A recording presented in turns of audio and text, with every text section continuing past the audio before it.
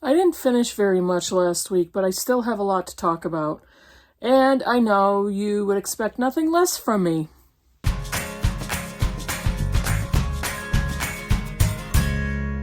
Hey Booktube, it's Kim at Middle of the Book March, and this is my Bookish week for Sunday, June 10th? No, 11th. It's the 11th. Because my daughter's birthday was Wednesday the 7th, and so that means Thursday was the 8th, Saturday the 9th, no, Friday the 9th, Saturday the 10th, Sunday the 11th.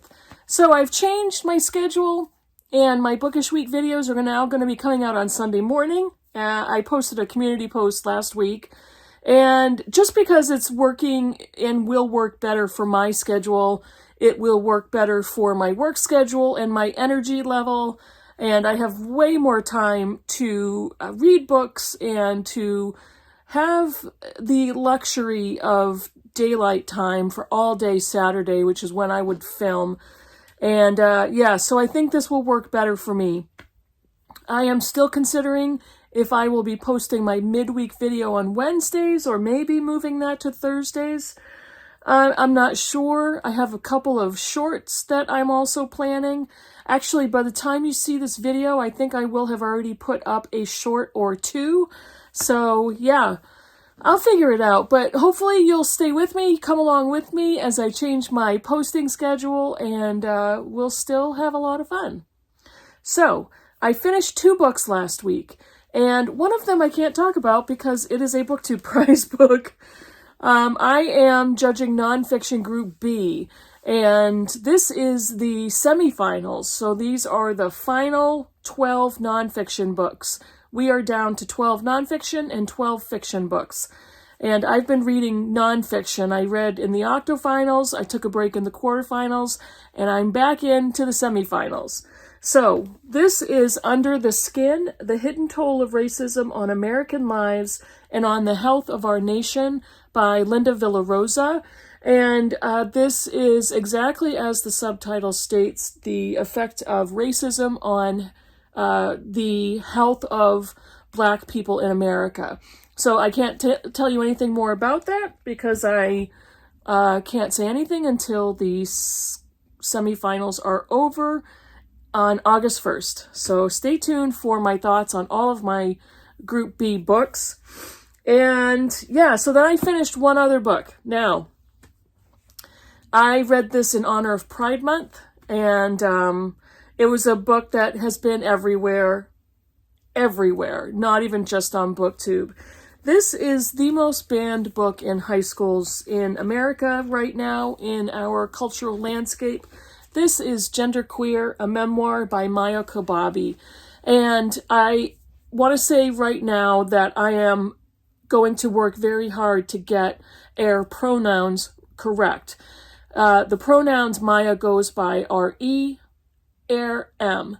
And so just know that my intention is to get them all correct as I describe the book. So, as I said, this is the most banned book in America, in American high schools. And I have some thoughts about that, and I also have some thoughts about the content of the memoir. First, I want to say that the thing that Cummins does so well in this book is describe our thoughts about coming of age as a queer child, as a queer teenager, not fully understanding their identity, their gender identity, and their sexual identity. And so the descriptions of our life and our family, parents that are extremely unconventional, a childhood that was extremely unconventional, I have a sister, and a sister who is also queer. And the thing that strikes me is this family is very, very progressive and unconventional. So there are no issues with either child being gay, straight, lesbian, bisexual, transgender, queer, of any sort. And so that's not the lived experience of most LGBTQIA children. So that's one of the benefits that Kobabe had growing up in the family A did. So there was a lot of confusion as a grow up, and that is another thing that is done well, that experience is treated well in air writing and the drawings. I think a teenager in American society would benefit so much, so highly from this book. And it truly is a shame that it's banned in high schools across America. Most banned books in the U.S. are banned because of sexual or gender themes. A lot of books that are banned contain a lot of themes on racism and race. And those are the books with themes and content that most teenagers should have access to, because they can learn so much. They can identify themselves in nonfiction, in fiction. So it's a travesty that our country is so repressed and so backwards and twisted to think this is threatening to American society. Now, all of that said, I gave the book a 3-star rating. It was pretty simple and quick to read. There was some content that, not that it didn't work for me. I'm clearly not the intended audience, but I did appreciate the way Kobabe wrote and drew the memoir. One of the reasons why it is banned is the graphic nature of some of the illustrations. In my opinion, for an older teenager, this is nothing unusual, and there are depictions of sexuality and menstruation that may be graphic, but for teenagers, none of this would come as a surprise. And the entire book is not filled with these illustrations. And it's not that I'm justifying or giving defense. I kind of am, because I think the reasons it's banned are extremely silly. But when you consider the people that are complaining and that are up in arms and disgusted by the book, they are very conservative, traditionalist, repressed people. This is far less controversial than I may have been expecting. And yeah, there's some stuff in there that's like, I was kind of cringing, but not because it made me uncomfortable, because I could sympathize with Kobabe as he wrote this book. So, but again, it's not for me. I'm not the audience. I thought the writing was, decent. I was extremely surprised about our family, the family I grew up in. And that's one of the things that I think most contemporary teenagers would not be able to relate to, because unfortunately most families are not like this one. But I definitely appreciate and do recommend the book. I would love to be able to see it in more teenagers' hands. It's so effective for teenagers' mental health to be able to see themselves in literature and art and contemporary applications of all of that. So that's how I feel about genderqueer. Now, those are the 2 books I finished. So what left do I have to talk about? I've got a lot of stuff going on. I've got a couple books that I'm currently reading. Oh, no, I finished 3 books. The other book I finished was on ebook. That's why it wasn't coming to me.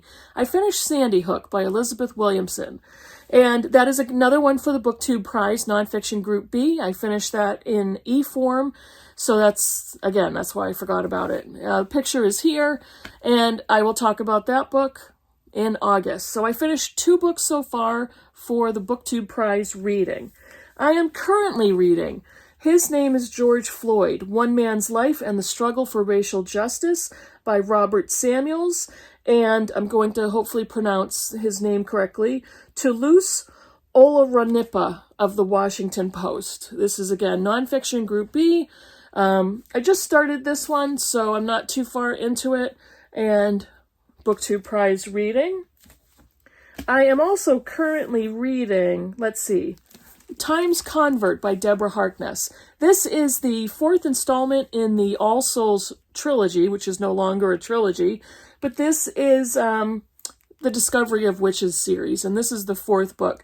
I bought this at a library sale a couple of years ago and had never gotten to it. But Harkness is coming out with a 5th installment, hopefully this year, towards the end of this year. So I wanted to get into this one. I just started it, and I read like the prologue, and I'm right back in. I'm right back in, so I'm enjoying that so far, and I think I will continue to enjoy it. I have now the books that I will be starting. I have 3 more books left for the BookTube prize. No, is that correct? I have 4 more books. Oh, I'm so confused. I finished 2. I'm currently reading 1. I have 2 more in physical form, and I have a book on audio. The audiobook I will be consuming is The Escape Artist. I don't remember the author, but the picture will be here. That is, I'll probably get to that next month in July, because I am listening to Outlander by Diana Gabaldon, which is the very first book in the Outlander series. I have read the book a couple of times already, and I thought I will try it on audio because I got it for free, and I'm really enjoying it. I know the whole story. I've read the series up until book 5, The Fiery Cross. I've watched the series. I'm all caught up on season 6, waiting for season 7 to come out the end of this week.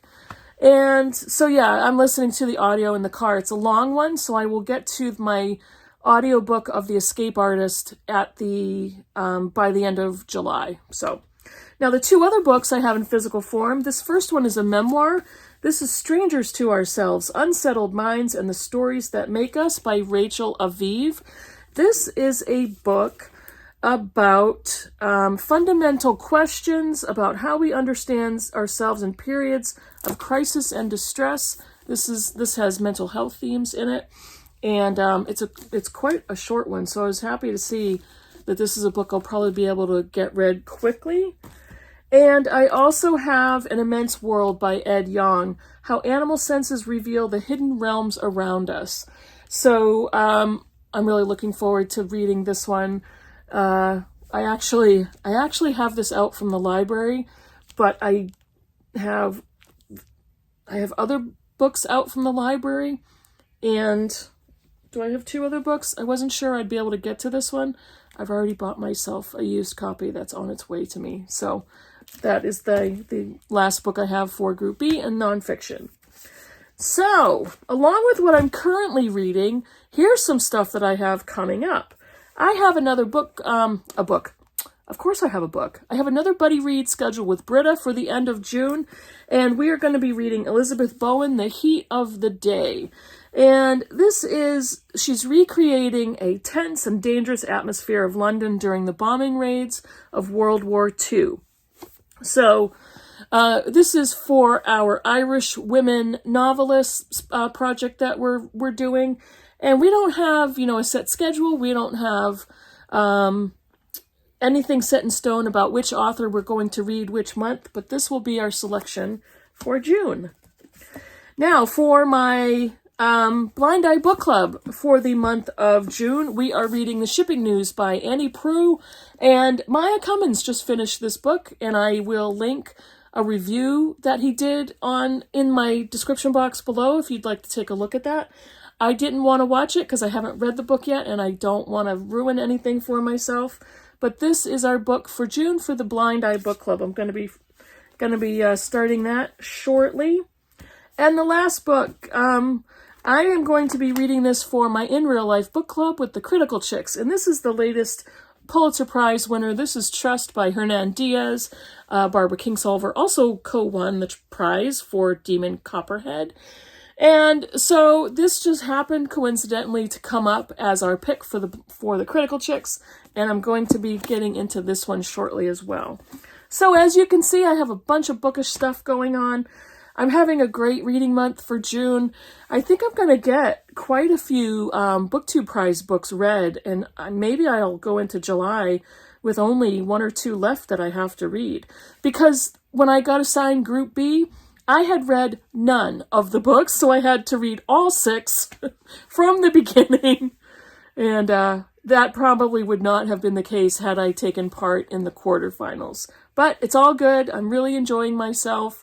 And can't wait to tell you what I think of the 6 selections in Group B for nonfiction. that's it for me for today. Thank you for dealing with the change in schedule. I hope it will work for you. I'm looking forward to having more time and energy to create content and videos that you will enjoy. Let me know in the comments below what you think of any of the books I showed you, and I will see you in the next video. Bye, everybody.